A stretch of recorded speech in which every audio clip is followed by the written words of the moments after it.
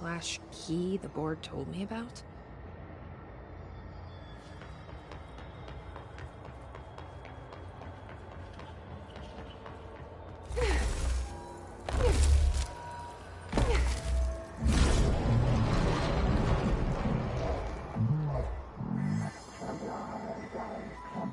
Just doing my job.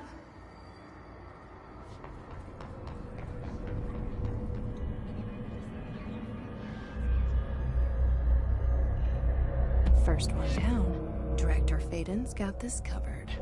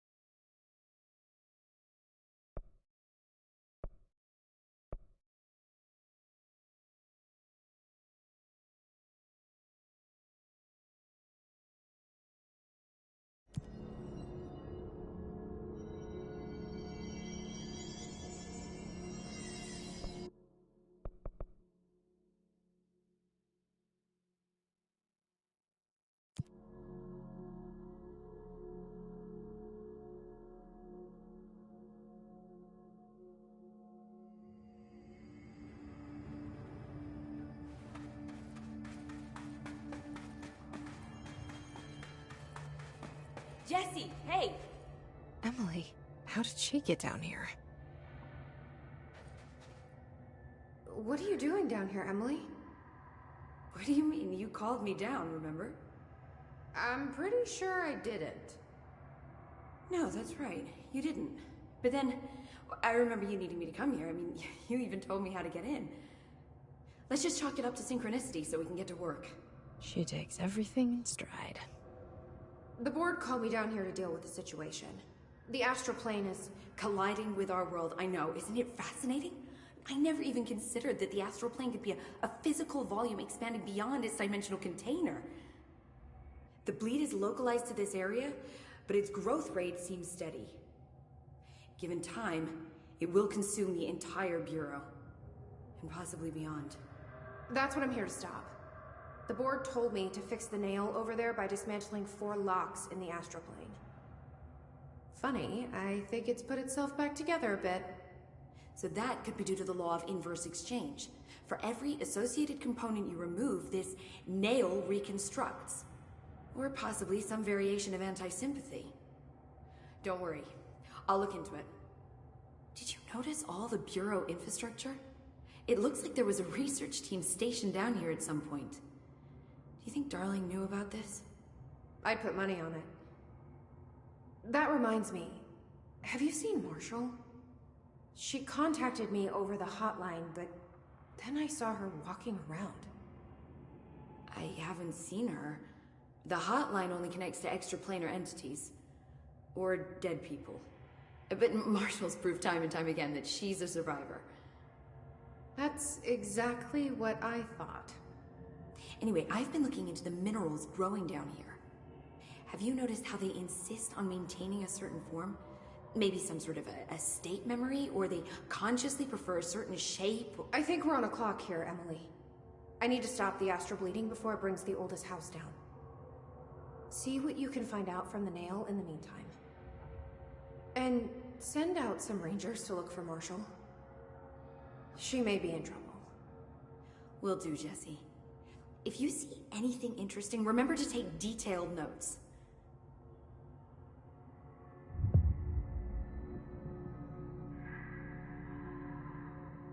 Jesse, you're back. So did you find anything noteworthy? The original Bureau expedition down here left so much interesting stuff behind. Like their ID cards. I picked up a weird one. It's pretty old.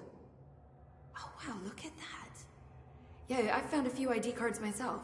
Or, more accurately, the Rangers found them for me. Are you starting a collection? I'm going for the whole set. I kid, of course. But I suppose they are sort of like baseball cards, except for Bureau stuff from the 60s. Hey, the one you found is different than mine. It looks like it's a higher clearance level.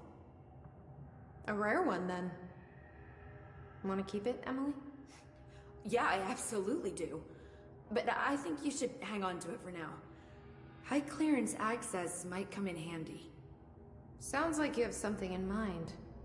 Guilty. See, I've been going through Dr. Ash's notes, or the ones I can find, anyway. Like Darling, he seemed to enjoy hiding his most relevant research. From what I gather, there is another floor beneath the warehouse with a special lab that requires 5 high-level staff members just to access. Here, take this. It's an old skeleton key. Something else the Rangers found. I give them $5 for every useful trinket they bring me. I'm gonna assume this key is my ticket to that lower floor. And that super secret lab you mentioned. Bingo bango, as Dr. Darling used to say. Well, keep your eyes peeled for more ID cards around the warehouse. If Ash's notes are reliable, and I'm sure they are, then 5 is the magic number.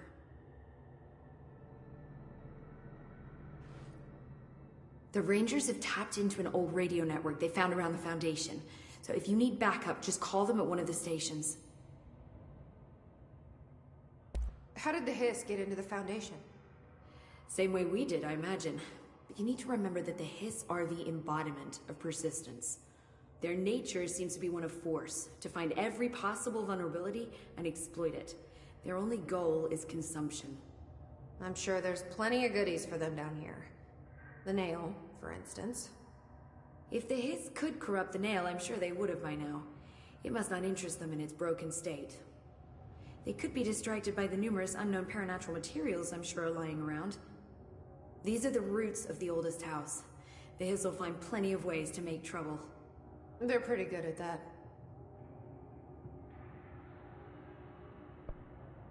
So you've never heard of the Foundation, huh? I've never even seen the name referenced. Clearly it's highly classified, but for what reason? The problem with these kinds of closed-off hidden areas is that they were likely sealed for good reason. But now no one is left to tell us what that reason was. Any guesses why the Bureau would hide something like this? I only know what I've observed. This place is spatially rigid, which means it doesn't shift like the rest of the oldest house. And before you ask why that is, I have to admit that I'm clueless. There's some signal interfering with my equipment, making it hard to get a clear reading. It's being emitted from the floor. Maybe I should have brought a jackhammer. The astral plane is already taking chunks out of this place, Emily.